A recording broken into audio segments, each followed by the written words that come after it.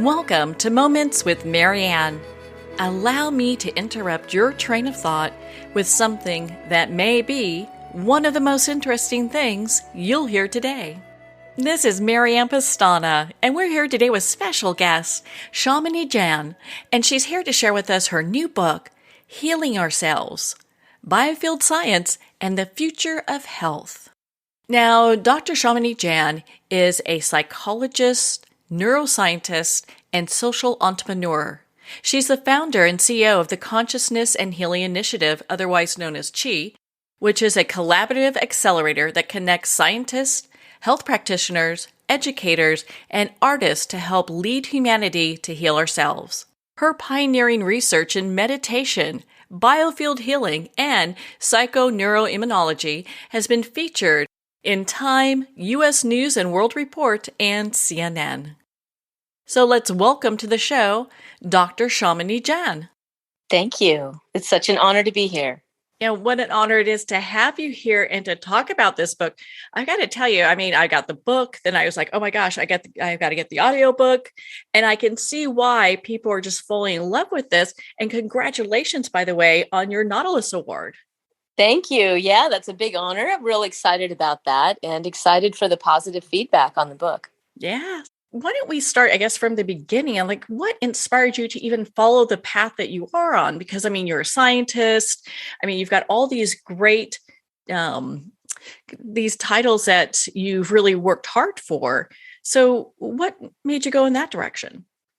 Honestly, Marianne, I think part of it was just the proclivity of a scientist to be curious, and being the daughter of a scientist growing up of East Indian descent. My parents emigrated to the United States in South Carolina almost 60 years ago. And I grew up in the East Indian tradition of Jainism, which is a small religion. Some might even regard it as a philosophy. So I learned about spirituality from the Jain tradition, but I was also surrounded growing up in South Carolina by my friends who were Baptist Christians. And so I recognized right away that we thought differently about, how we described God or the divine or the soul, but yet there was this commonality in understanding how powerful the human spirit could be. And then I think, like most students in the United States, I went to school and realized we didn't talk about any of this at all. And yet these books that I was reading from our traditions, including, books that were interpreting the Upanishads and other, sacred texts from thousands of years ago in the Vedic traditions, described how powerful our spirit was for healing ourselves. And, even simple things like what we would consider simple now, like yoga and pranayama practice, breathing exercises, and how those would impact the sympathetic nervous system and parasympathetic nervous system, these aspects of our nervous system. So I remember reading that stuff when I was like 8, 9, 10 years old. And I would think, how do they know that? I was very skeptical, actually. And I thought, well, why aren't we talking about this in school? And, they're making all these claims about things like yoga, but how do we know that's really legitimate? So as I had the privilege of attending some of the finest universities in the US, I began to ask these questions, and I found myself in the area of cognitive neuroscience at Columbia University when I was an undergraduate. And just to give folks some context of how much things have evolved, I was there in the early 90s. And back then they were telling us that the brain didn't change after age 7. And I remember being a young undergraduate thinking that just doesn't sound right. And I wondered, what kind of data did they have to make that claim? There wasn't a lot of data, but that was the point. Science continues to evolve. And many of the things that we said about the brain, a couple of decades ago, we found are just simply not true or incomplete. So it was really just that journey of curiosity and recognizing that our knowledge base is continually evolving in science. That's the beauty of science, that I began to wonder, what could we take from these ancient traditions of spirituality and medicine, like Ayurveda, Chinese medicine, Tibetan medicine, native medicine, and others, where their medicines were deeply rooted in a cosmology of connection that didn't exclude the spirit. So how could we begin to include it in our study of healing? Anyway, I'm sorry, this is a kind of a long-winded answer, but that is how I found my way to a discipline called psychoneuroimmunology, which is where I got my PhD. And that was the focus of my research. And it's a really, psychoneuroimmunology sounds so fancy and important, but all it really is exploring the connection of the mind and the body and learning how to use certain tools and research, like measuring changes in the immune system or the hormone system and how they relate to our emotions, our mindset, and even our spirit. So once I found psychoneuroimmunology, I realized this is a more systematic way of looking at the whole person.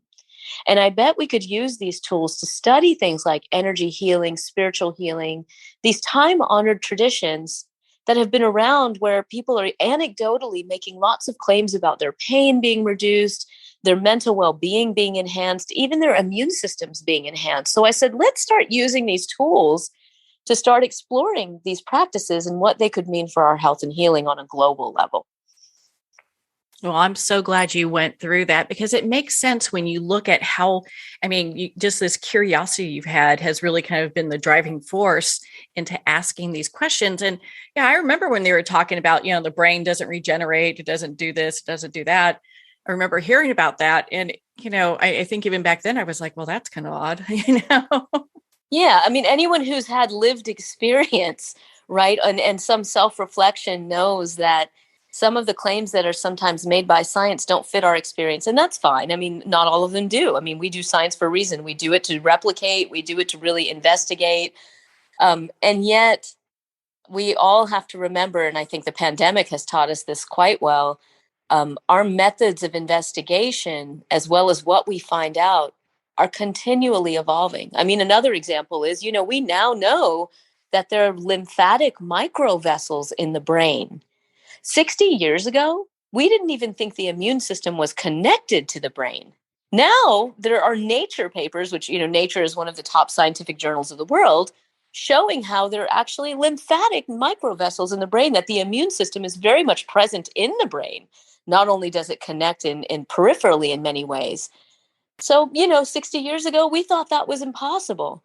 And as you know, Marianne, a lot of the focus of the book and our work at my nonprofit, the Consciousness and Healing Initiative, is exploring this next frontier, an area that we call Biofield Science, which are studying the fields of energy and information that guide our health. Some of those are measurable, like EEGs and EKGs. We've learned that we can even input certain types of electromagnetic energy into the body to stimulate a healing response. But it also includes these subtle aspects of energy, of biofield, which have been called prana, chi, many different terms, used in acupuncture, all kinds of different forms of indigenous medicine, including Ayurveda, Chinese medicine, and others. And of course, are really central to the understanding of practitioners who practice things like energy and spiritual healing. And what we're finding from that data in Biofield Science is really tremendous. And as you know, I detail a lot of that in my book, as well as placebo, mind body practices. But we're learning that our energy, whether directly measurable or not, has a profound effect on our healing process. And that when we connect through the biofield, it's so powerful. It's really, just as we may have thought that we were separated from each other, I think the pandemic has taught us how much we can actually feel each other. And the biofield research is showing us not only can we feel each other, we can heal each other, even across distances. And that's incredibly profound, exciting, and for me brings great hope. I think it brings a lot of people great hope, especially, I can remember back in the day, Dr. Emoto was doing that testing on water, with prayer and affirmations. And you look at that and it's like, okay, well, we're 70% water. So I could see that that would affect us the same way. Absolutely. There's so much wonderful research being done on water. There was some great research recently done by the Institute of Noetic Sciences, where they explored the impact of extraordinary healers on pain. And one of the interesting things they did was actually have the healing practitioners wear a vial of water, and then they analyzed that water. And they actually found that the structure of the water shifted when healing practitioners were engaged in giving a healing. So there's so much to explore. I think your ideas here are spot on. We're 70% water. If we know that we can actually measure changes in the structure of water during healing practice, what's happening to the water in our bodies when we're engaging in self-healing practices? All very intriguing questions, and you talk about a lot of those in your book. Well, and it's interesting because to kind of touch on, I mean, you talked about how, they thought that all these different processes, our brain, our hormones, our nervous system, they're all separate.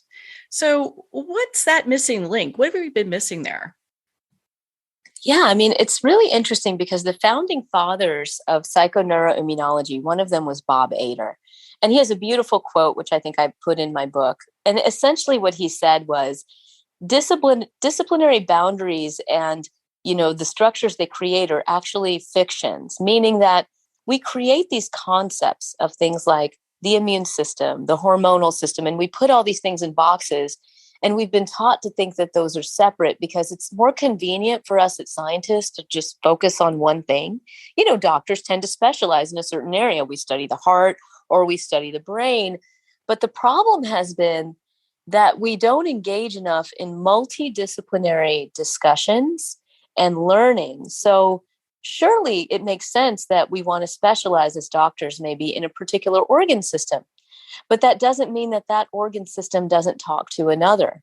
And so this is where it's important to get doctors together with PhD scientists who are studying different areas of how the mind-body system work. And of course, that was what led to the discipline of psychoneuroimmunology. When they brought this discipline together 60 years ago, even though everybody thought they were crazy because there couldn't be any connection between the brain and the immune system, how did they find things out? Well, they brought scientists together that were studying the immune system, the hormone system, the brain. They also brought together doctors who were witnessing these changes in their patients and recognizing that there seemed to be patterns, for example, of certain patients who had chronic pain or some immune issue and, psychological problems that they were having at the time. So by bringing these diverse people together, practitioners and scientists, they were able to uncover these interconnections or patterns, which led to the field of psychoneuroimmunology. In the same way, we're doing the same with biofields, the study of energy and information that guide our health. So we know of scientists who are doing work where they're actually putting in energy across cell membranes of cells and growing new neural tissue. And I'm going to repeat that. What they're doing is they're putting energy into cell membranes of certain types of stem cells, for example. And by doing that, not by putting in chemicals or anything like that, but just by putting in known amounts of energy, they can actually stimulate those cells to differentiate into neural cells. Now, that's pretty profound. That's one example of biofield science. But we have other people that are looking at, for example, the human-earth connection. There are a number of studies, I'm sure many of your listeners might know, on grounding, where many different scientists at this point have looked at the electromagnetic connection between the earth and humans and noted that by doing simple grounding practices, in these cases, they're generally, the studies have been done with grounding mats, which you actually plug into the wall, just like you would ground an appliance. You can actually ground yourself as a person because we're bioelectromagnetic in nature. So they've done these studies with grounding mats, grounding shoes, and found that when people ground themselves to the earth in this way, we see reductions in inflammation, reductions in pain, improvements of sleep. So there's scientists doing work like that. And then there's scientists like me that really study the subtle aspects, looking at energy healing practices. There are over 400 clinical studies of energy healing practices like Reiki, healing touch, therapeutic touch, laying on of hands, and others. And we come together to look at that data as a whole and say, what can we learn about these healing practices and their effects on the body mind? And so we see from those studies that these energy healing practices have effects on trauma, have effects on anxiety, depression, fatigue, pain, behavioral symptoms of dementia, but even on the physical level, we see shifts. And, my studies have been randomized placebo-controlled trials, for example, looking at placebo effects very robustly and seeing if those account for the effects. What we're learning from these studies, and there are studies that our colleagues are doing too with animals and cells to just sort of bypass the whole human question about human placebo effects. And we can have a lively conversation about placebo if you want, Marianne. These energy healing practices, where we can't directly measure always the emanations of energy coming from a healer using what we know now from, we're trying, and then there are people that are exploring that. We can measure the impact, though, of those practices in very rigorously controlled trials.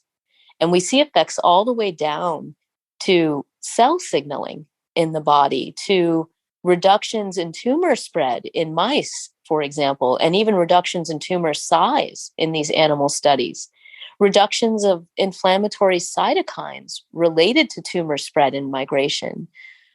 It's really incredible, again. And I'm so shocked, honestly, that most people don't know about this peer-reviewed, published research that is being conducted by stellar scientists at major universities and cancer centers.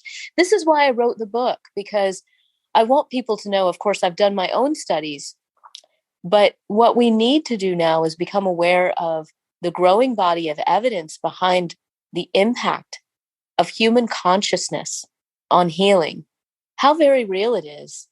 That, these peer-reviewed published studies are starting to lead the way. There's much more research to be done. There's a lot of support that we need to give to these scientists and healing practitioners to uncover these mysteries and really help reduce the suffering that we see in so many patients. And, Marianne, that in my book, I talk about, for example, the story of Mira, who was a young child diagnosed with a brain tumor at age 2. And through her work with an energy healer, although the doctors had completely given up on her, she's now still living today and thriving, not just living today. And of course, when the doctors found out that her tumor had completely shrunk after working with this energy healer, they literally threw up their hands and said, we don't understand this. It's a miracle. We're not averse to believing in miracle, but this is a miracle. We have no explanation for how this happened. This was after they were told that Mira worked with an energy healer. So we have an obligation when we invest in science to not just throw up our hands and say this is a miracle, but say what happened? How can we understand this scientifically so that we can make these so-called miracles more commonplace for our patients? Yeah, I was really touched by that story. And I think a lot of people go through that where medical, modern medicine, and of course we always, say, of course, visit with your doctors and what have you. But when they get to the point where they're like, hey, there's nothing we can do. I mean, alternative medicine really is something I think a lot of people should look at. Yeah, and the question is why we call it alternative. So, Marianne, I just finished giving my second TEDx talk. I spoke at TEDx Berkeley this April, and the link for that hopefully will be coming out soon. But one of the things that I addressed was, why do we still call this alternative? It's actually based on a cultural framework that is really based in what we might call a monocultural ethnocentrism. Well, what does that mean?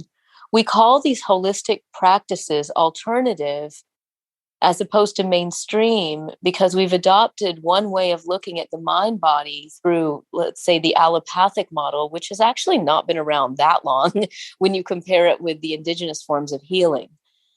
All of the indigenous forms of medicine have actually been around for thousands of years, but they've been largely ignored by mainstream medicine because it's been more dictated by a culture and a viewpoint that is rooted in reductionism, meaning that all that exists is the physical body, and pathogenesis, which means we're going to focus on disease as opposed to the healing response. Now, what's interesting is if you look globally, you'll see that all of these indigenous forms of medicine not only have been around for thousands of years, but all have a very similar cosmology that says consciousness is not an epiphenomenon. And healing is not just getting rid of a disease. Healing is about the restoration of harmony within us and between us and with our earth. But what we've tended to do in the Western world is sort of wave away that as saying, oh, that's nice. And that's great sentiment. And that's really, that's new agey, or these sorts of terms. But when you actually look at the science, you realize that those cosmologies explain a lot of the data that we've been struggling with today. So now in the Western world, we'll have these fancy tools like systems biology. And there's some really interesting studies that have been done that have related, for example, systems biology outcomes like metabolomics, where we're looking at the whole gamut of the metabolites in the body and sort of looking at those interconnections of what metabolites in our body might be expressed. And they have linked those metabolomic profiles of patients, for example, in rheumatoid arthritis, with the ancient phenotypic understandings of things like constitutions, right, in Chinese medicine. So there are linkages between the way we do science in the Western world and what the Eastern perspectives have been saying, not just Eastern, but, all native perspectives, South American, African, all over the world. They were looking at this from a systems point of view all along. But because we sort of waved that away, and I mentioned in my TEDx talk, I actually had a professor wave away things like Ayurveda and call them primitive medicine. Okay. They literally just waved away these forms of medicine as unimportant and primitive, as opposed to actually trying to learn from them. So the question of whether this is alternative is really, an interesting question, I think. Why do we call these medicines alternative? Why isn't allopathic medicine alternative? And I will say that I just want to clarify that I have nothing against allopathic medicine. A lot of our colleagues like to use the term integrative health or integrative medicine to say, let's look at all the pieces. There's certainly a place for allopathic medicine, I feel, with many, many patients. But we don't have to keep having these camps. We need to put all the data together. Well, thank you for explaining that, because it is so important how that all comes together. It kind of seems like they leave the spiritual aspect just kind of behind. They just want to deal with parts of the body. I don't think do you feel like the medical community is ready to make some type of shift and treat the person as a whole? I do. At least the physicians that I talk to, and even some of the administrators. And let me tell you why, because our current approaches aren't solving our global health crisis. So even before the pandemic, we knew we had a massive mental health crisis. We know we have a massive chronic disease crisis that includes chronic pain, diabetes, cardiovascular disease, pulmonary disease. Our current methods are not solving the issue because we're not getting to the root issues of the problem. And these indigenous forms of medicine, which incorporated the spirit and the connection of our health with our environment, our relationships, what we eat, how we think, how we feel, that's whole person medicine, right? And our colleagues now are realizing that there's real value to us looking at the whole person, because science shows us that our connections matter for our health, that our mindset matters for our health, that our emotional state matters for our health, that the foods we eat matter for our health. So I don't think there's too much debate about that at this point. It's just a question of how do we learn from all of the different practitioners that are specializing in these areas, including psychologists, mental health providers, Chinese medicine doctors, energy healers, right? How do we come together to create a situation where you're a patient, you come in to see your doctor, and they're going to do a whole person assessment with you. They're not just going to ask you about your symptoms. They're going to ask you, how's your family life? How's your work environment? What kinds of foods are you eating? A lot of them now are asking, thank goodness, are you exercising? All of these things. So we get to those, we're moving toward hopefully a whole person assessment that could be done in the doctor's office. I mean, that's clearly a very easy, tangible goal. And then recommendations, right? And multidisciplinary guidance, so that our patients and all of us feel very supported in our healing journey. So at the Consciousness and Healing Initiative, which I mentioned is our nonprofit, we bring together scientists, healing practitioners, educators, and artists to help lead humanity to heal ourselves. And we recognize there's two main ways of doing this. One is to incorporate these whole person healing practices into healthcare. And the other is to help educate all of us so that we can incorporate it into our self-care. Because, truly the best thing that can happen is that we learn about what are the best things I can do to flourish and actually prevent disease from happening before it begins. And I think that's the power of whole person health, actually, is for us to take an internal assessment, right? And say, where am I at in all of these aspects of my health and wellness? And where could I work a little bit more strongly to bring balance to my system? There's a tremendous amount that we can do, whether we have a medical diagnosis or not, to foster our health. And that's where I'm really excited about all the empowering research that's going on too, because ultimately, all this research is leading us to the power of our own consciousness to help heal ourselves and others. Oh, that is so exciting. I love hearing that. And you touched on about placebos. I'd love for you to dive into that, the research that you've done on that. You bet, Marianne. And as you know, in the book, I have a whole chapter that I call Placebo Equals Heal, HEAL. And that's just my own little term. I call it that because heal actually stands for holistic elements that activate life force. And life force is, I guess you can say, a little poetic here. But what they are is holistic elements that activate the force of healing, our own inner healing response. And here's why I say that. When we explore what placebo is telling us, and I detail all of this, as you know, my book has, I think, over 700 peer-reviewed published references, scientific articles to back up everything that I'm sharing about the data. We know that we see placebo effects not only in depression, profound effects in mental health like depression, but also with Parkinson's patients, where we see placebo effects down to neural firing levels in the brain. We see placebo effects in surgery, robust effects in surgery, where patients can be told that they're getting surgery, but not actually get a surgery, just get an incision and think that they're getting surgery. These are randomized controlled trials that have been done and systematic reviews compiling all this data. And they get better. Their functional outcomes are better. Their pain ratings are better. Their quality of life is better. And here's what's also fascinating about the research. Our colleagues at Harvard in particular, but also other colleagues, have been doing research in what they call open label placebo. And what that means is they're not even tricking patients. They're telling them that they're getting a placebo. So they've done these studies with chronic pain, with cancer-related fatigue, and other things. And what they found is they can tell patients, you're getting a placebo. I'm giving you a placebo pill. And placebo has actually been shown in numerous studies to have a positive effect on things like pain and quality of life because it has a mind-body effect. So placebo is activating your mind-body response. Well, guess what? In these open label placebo studies, they're actually seeing beneficial outcomes when patients are given a placebo and told they're getting a placebo. So then you have to step back and say, what is going on? And we break it down even further, and we learn that what we call placebo is actually made up of many different elements, holistic elements, you can say. And those include things like expectation, that is how much I'm expecting that whatever medicine I'm taking, whether it's energy healing or a pill, is going to help me.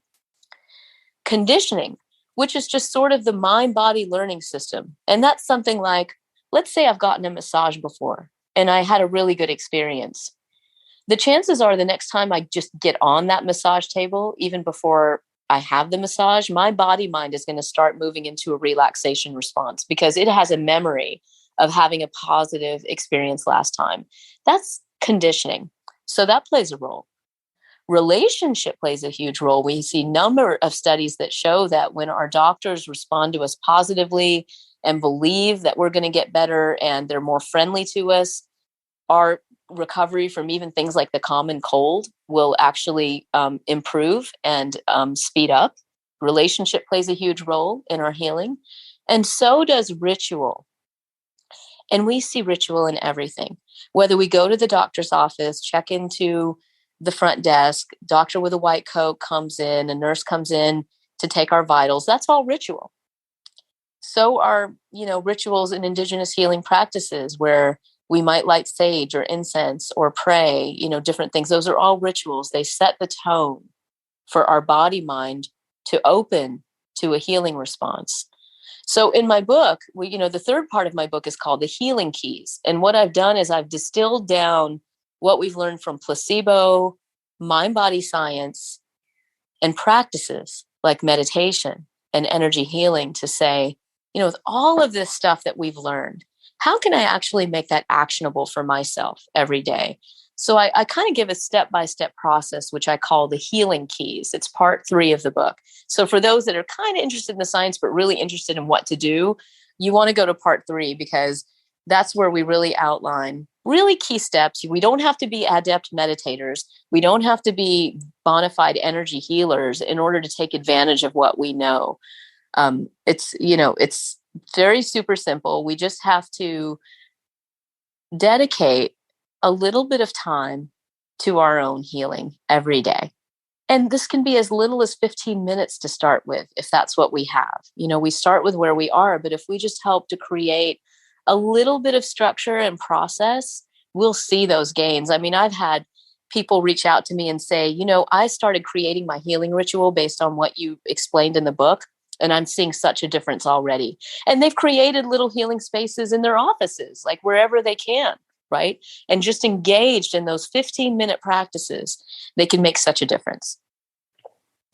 That's so encouraging to hear that. And I love how in your book you talk about like emotional energy. And it was really fascinating to me that when you talk about positive and negative energy, emotions, how there's really no difference. Yeah, there really isn't. And this is challenging, I think, for many people to consider because, a lot of questions I get too is like, well, how do I slough off the negative emotional energy of other people? And, and I mean, that's a legitimate question. And there is such a thing as emotional contagion. And we do feel the emotions of others. But when we look at it from an energy point of view, we realize that what's actually happening is we're feeling our own energy and the energy of others. And then we have kind of a cognitive overlay of what that energy is. We interpret it in a certain way. And when the mind gets involved to interpret the energy in a certain way, what's interesting is we have a tendency to hold on to it. Because if we look at things from an energy point of view, energy is constantly moving, actually. And an easy way to think about this, I think, is we can talk about it from a psychological point of view. And I think a lot of listeners can relate to this. Let's say something happens. Somebody says something to us and we get, quote, triggered, right? And we start thinking about it. We might even ruminate about, I can't believe this person said that thing to me. And, how could they say that? I'm so upset. We start thinking about it, rehearsing it over and over. I could have said this. And, all this stuff comes up, right? Well, what just happened? We got triggered because something in our body mind actually got triggered because we've had some kind of experience that relates to what that person has said. I just did a talk on unconscious bias, for example, and, there's a lot of that going on. Obviously, there's a lot of overt bias going on, but there's also a lot of unconscious bias that leads to, terrible things happening in the world, like, this recent shooting that just happened in Buffalo, for example. We're human. We're going to get triggered by the nature of us being human. We have conditioned responses. That is based on what we've experienced. We're going to hold on to things sometimes in the body mind. We can describe this in brain terms. We can describe this in energetic terms. There are many different ways to describe what we call our conditioned responses. That's fine. We're human. But when we engage in some of these meditative and other mind-body practices, we're better able to cultivate an observation so that, for example, if somebody says something to us, we can say, oh, okay. All right, now I'm recognizing I just took that in, and here's how I'm responding. Why am I responding this way? Because I've been hurt by people saying things like this to me in the past, let's say. And I can watch that happen, and I can actually watch the energy move when I cultivate that observer in me. Now, who is that observer? That observer is actually my spirit. And so this is where I think we've been missing the boat a lot in modern medicine, when we just have thought like the spirit is unimportant, or we don't want to deal with talking about it or whatever. Because mindfulness and yoga and Tai Chi and all of these practices have taught us to cultivate that observer, to come into our spirit. And all the healing practitioners will say that's where the magic actually happens. Because once we align with something that's beyond just our conditioned mind, we can more skillfully navigate emotional energy, and we can have a more appropriate response to a situation. We might even look at that person that we feel like triggered us, that is so awful or whatever. And we might say, what are the causes and conditions that made that person say that to me? What have they experienced in their life, right? How do we have the reserves to be able to even cultivate that observer? We have to align with our spirit. And that's what all these holistic practices do for us. They help us more align with our spirit. So we're just not a walking set of actions and reactions all the time. Thank goodness for that, right? Right. It's a beautiful thing, right? That we're not just that. We can honor our experiences and know that we're even more than our conditioned minds. Mm-hmm. I know in your book you talk about the awareness practice. Is this what that kind of comes into play? Absolutely. And there's so many, I give simple practices in my book, like none of this needs to be trademarked or sold, really, right? It's so present in every single culture and spiritual tradition. But there's simple practices that we can do. And so coming into awareness, we can literally start with the breath. It's really that simple. It's just cultivating the observer. As it turns out, many traditions like Vipassana, where mindfulness in the West has really drawn a lot of its inspiration from, and others, by just simply starting with a cultivation of awareness of breath inside the body, we can help release the machinations of the mind. And, when we start this, it doesn't necessarily mean that our mind stops. So sometimes people say, oh, well, I don't know if I did this right. My mind was still going. Oh, you did it right, because you noticed your mind was going. And, the mind, that's the nature of the mind. It's going to go. But awareness means we're aware of that. And we're aware of our breath. And we're aware of our body. And we might become more aware of sounds. We just become more aware of the greater totality of the universe and our place in it. It's such a beautiful thing. And there's so many awareness practices. So, I give some tips and pointers for how we can do this, how it relates to energy and sort of breathing through difficult emotions. They're very, very simple things we can do by just learning how to connect with the energy of the breath, leading it into the body, feeling those places of stagnation, and just gently breathing into it and allowing for that emotional energy to release through the body. So, that's a practice that I find useful. And I've drawn that from my work with working with a really renowned healer, Reverend Rosalind Bruyere, who has just been a phenomenal teacher for decades. She's a master of healing. She's written a book too called Wheels of Light, which I highly recommend. So much of the practices that I share have been drawn from inspiration from her, as well as my practice in meditation and my exploration into tantric philosophy and practice, where we really explore the energetic components of our being and how that can relate to our whole person health. That sounds so exciting, because it's really kind of diving in. I think a lot of times people have been kind of craving that. Yeah, because we're craving to be with our spirit, right? And I think we're craving to connect spirit to spirit.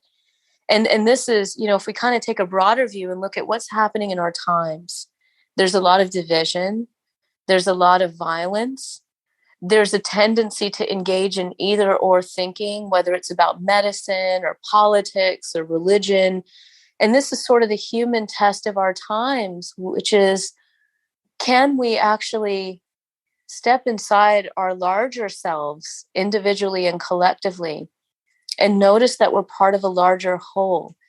From the tantric perspective, we describe what we call, sometimes I call the big B biofield, Shakti, which is, considered to be the manifest power behind the whole universe. And, I understand that I'm sort of throwing some terms around that some folks might not be familiar with yet, but Shakti is considered to be sort of the energy that drives everything, that creates and sustains all life. And I love this perspective because when I think about it that way, I say, I can look at that tree or that bird or that person or that animal and see them all as this beautiful expression of consciousness and energy in form. And I can just observe them and learn so much and revel in the beauty of that being and know that they're part of the same fabric of energy and consciousness that I'm part of. I mean, it's like a beautiful thing, right? We're just all these beautiful threads that weave together in this gorgeous tapestry of consciousness. And I think it's not even a challenge. It's actually the beautiful gift that we're being given, because as we become more connected to our spirit, we start seeing the spirit in everything and everybody.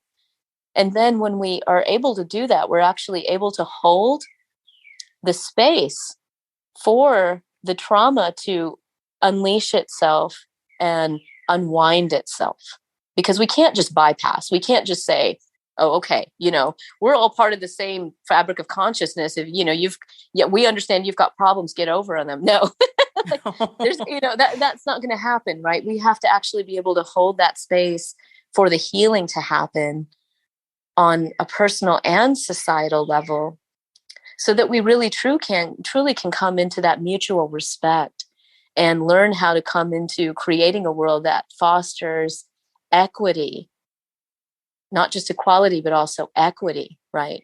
For all. So, I know these are kind of big things, but you can see how this links together, because when we start exploring the power of the spirit, like we do with these studies, and we start learning about the power of coming into our own spirit, then our lives change.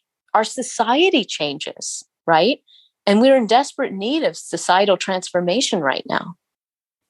Oh boy, are we. I mean, it's just kind of, I feel in many ways we're kind of at that place where, they discovered the earth was round and there is a little bit of resistance and pushback to it, but, you can't argue with facts.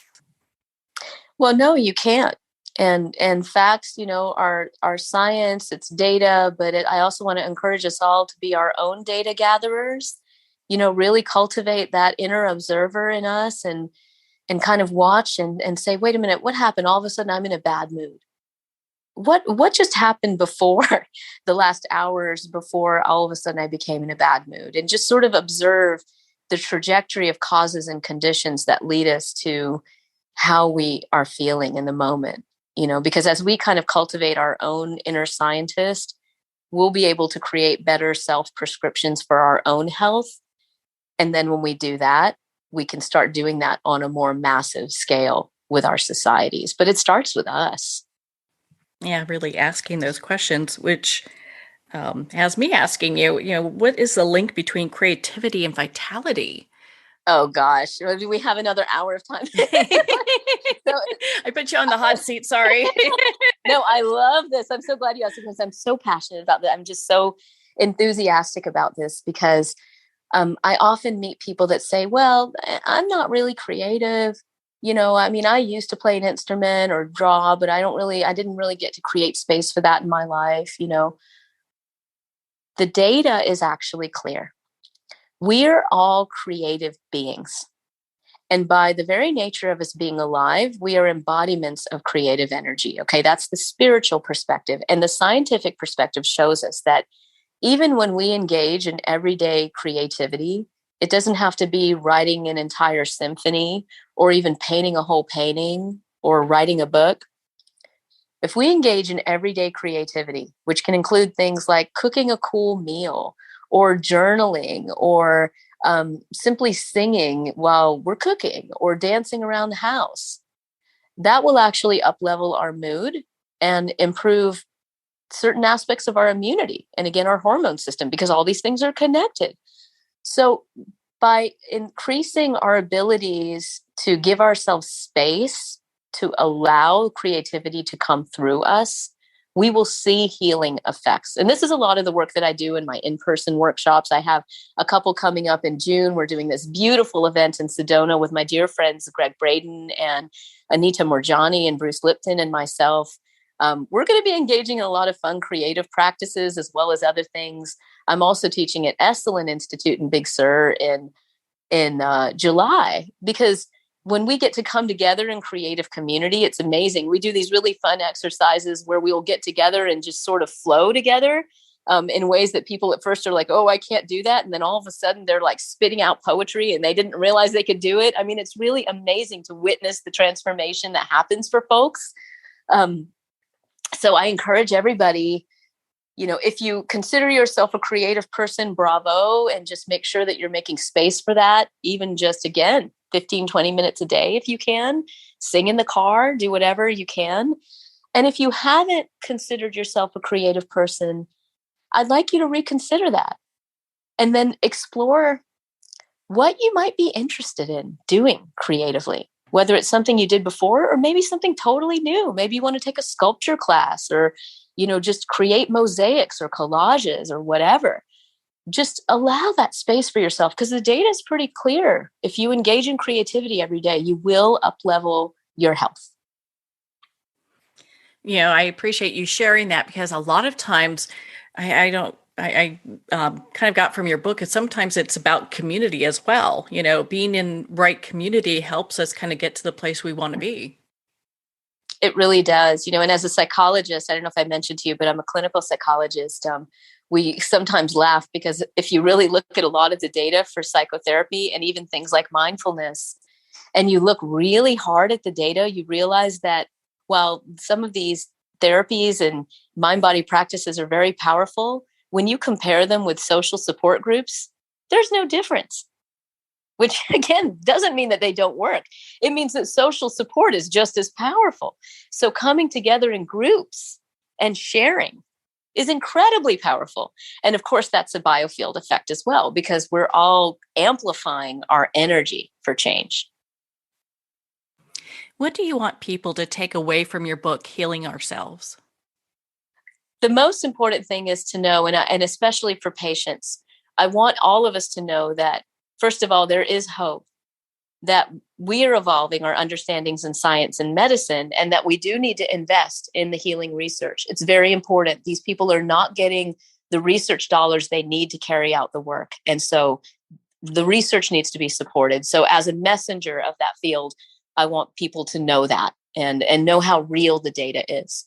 And then I want us to all take in that data and recognize how much hope there is for us and our world, that all of this work and everything that these spiritual healers are telling us is how powerful we are to create the changes that we want to see in ourselves and our families and in our societies.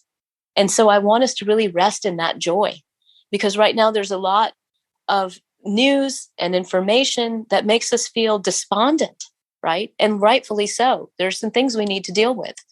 But we do have the inner reserves and the collective reserves to create the world we want to see, because the research shows us that we truly are conscious creators. Well, Shamini, where can our listeners connect with you, learn more about your work and all these great events you have coming up? You bet. So I'll suggest two main websites, the easiest ways to connect. And I'm just going to say the ones that are easy to remember. Go to healingourselvesbook.com.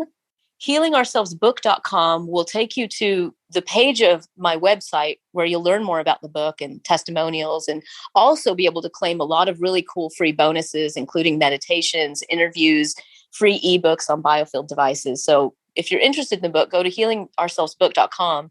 But that also takes you to my website, so you can play around there. There's lots of free resources.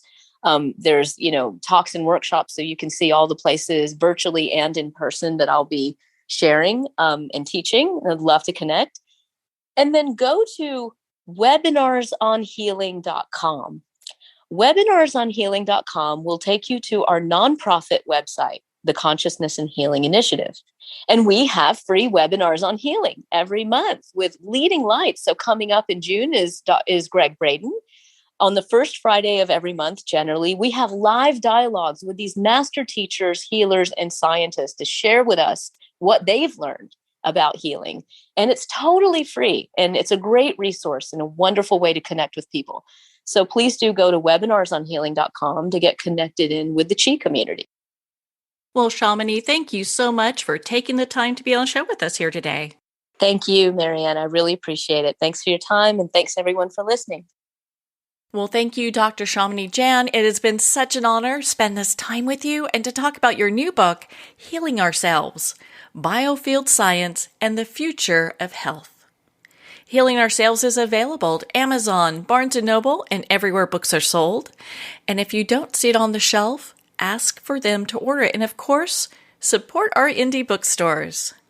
Make sure to visit Dr. Shamini Jain's website at Shamini, spelled SHAMINI, Jain, JAIN.com for more information. There you can sign up for her newsletter, learn more about her book, which she's got some amazing resources there. I've signed up and highly suggest you do as well, and also her upcoming events. To reach her consciousness community Chi, visit chi.is for more information. Well, we're at the end of our time today. I would like to thank everyone for tuning in. You've been listening to Moments with Marianne, where we make every moment count.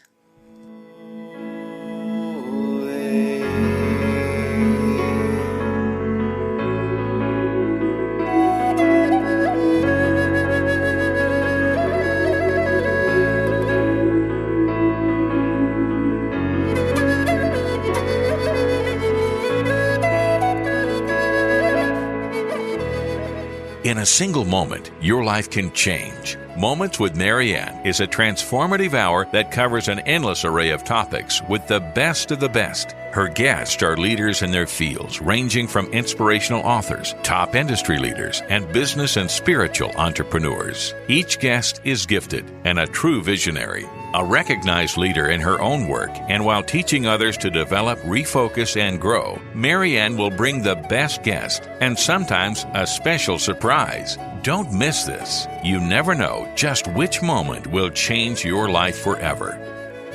Make sure to tune in and visit momentswithmarianne.com for more information.